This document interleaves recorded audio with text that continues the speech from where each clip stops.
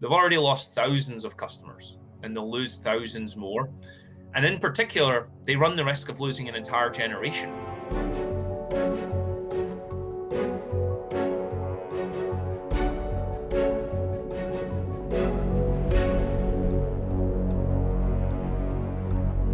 You're one of the people running Stop the Money pipeline.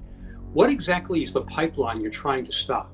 Our mission is to force Wall Street banks, insurance companies, and major asset managers to stop insuring, investing in, and providing financial services to fossil fuel companies.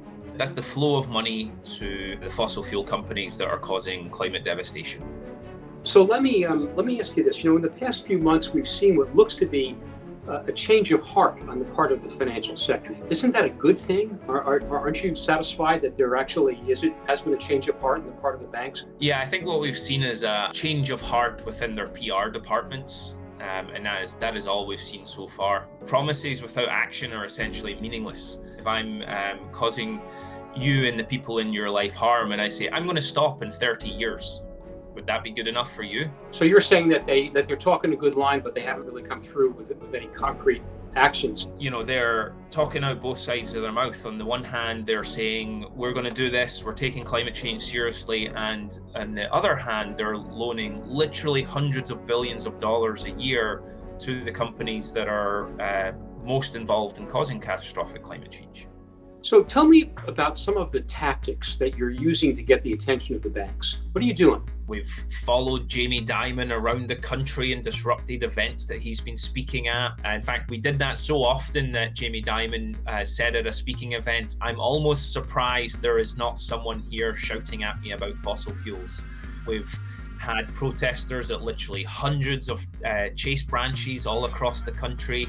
We've sent hundreds of thousands of emails to executives and CEOs and board members. We've had thousands of people making phone calls to the offices of executives. There's been a lot of colorful tactics have been utilized over the last few years.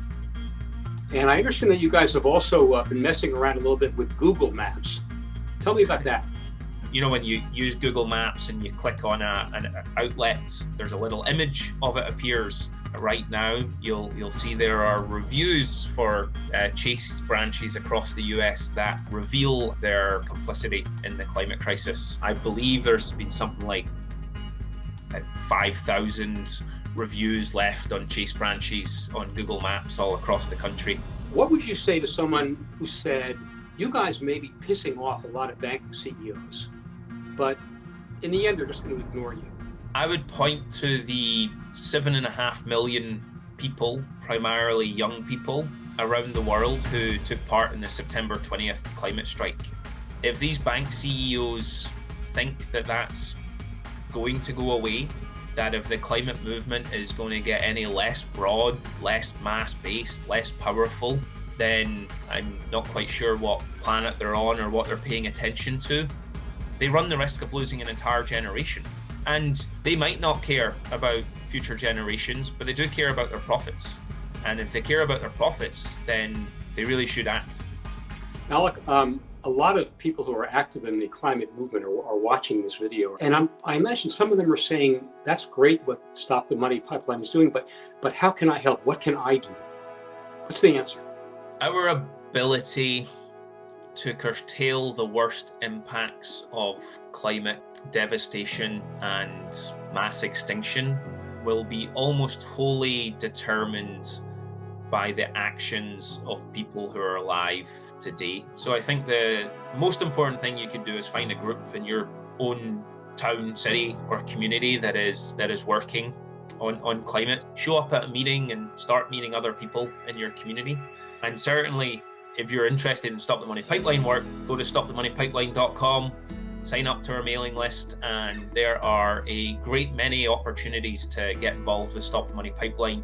The one thing that I hope everyone who's alive today is sitting with is the importance for them to get out into the streets, to be an engaged advocate in their communities, and to be deeply engaged in the fights for racial and climate justice.